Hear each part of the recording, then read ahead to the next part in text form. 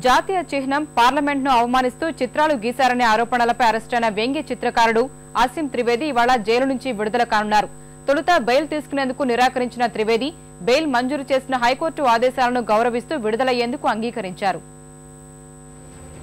తిరుగుబాటు ఆరోపణలు ఎదుర్కొంటున్న వ్యంగ్య చిత్రకారుడు ఆసిం త్రివేదికి బొంబాయి హైకోర్టు బెయిల్ మంజూరు చేసింది.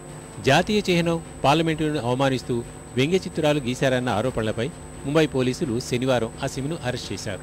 చిత్రాలు గీయడమే ఆయనపై మోపిన అభియోగమైతే కస్టడీ అవసరం లేదంటూ జైలు నుంచి విడుదలయ్యేందుకు కోర్టు అనుమతి ఇచ్చింది. వ్యక్తిగత పూచీకత్తుపై బెయిల్ మంజూరు చేసింది.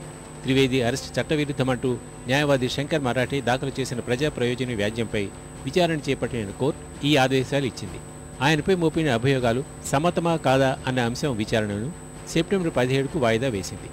ఈలోపే అరెస్టుపై పోలీసులు తమ వైఖరి నమోదు చేయాలని ఆదేశించింది.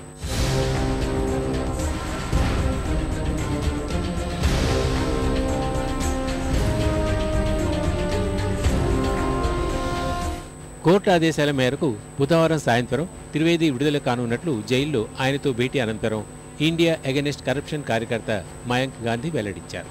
కోర్టు ఆదేశాలు జైలు అధికారులకు అందాయని చెప్పారు. కేసులో మోపిన అభియోగాలన్నింటినీ ఉపసంహరించే వరకు జైల్లోంచి విడుదలయ్యేది లేదని తేల్చి చెప్పిన ఆసిం హోంమంత్రి ఆర్ఆర్ పాటిల్ హామీ కోర్టు ఆదేశాలను గౌరవించాలనే ఉద్దేశంతో విడుదలకు అంగీకరించినట్లు గాంధీ వివరించారు. I believe that in a country like ours, the institutions of democracy like the judiciary must be respected. Certain laws like the sedition case, which is a ridiculous law, you must keep on fighting for removal of it. And when the Home Minister himself has committed that he will remove it, there is no point staying in jail. అంతకుముందు ఆసింపై మోపిన అభియోగాలన్నింటినీ ఎత్తివేసే అంశంపై న్యాయశాఖ సలహా కోరతామని హోంశాఖ మంత్రి RR Patil వెల్లడించారు. మరోవైపు తప్పు చేసిన వాళ్లే బెయిల్ తీసుకుంటారని, ఎలాంటి నేరానికి పాల్పడని ఆసింకు బెయిల్ అవసరమే లేదని త్రివేది తండ్రి వ్యాఖ్యానించారు.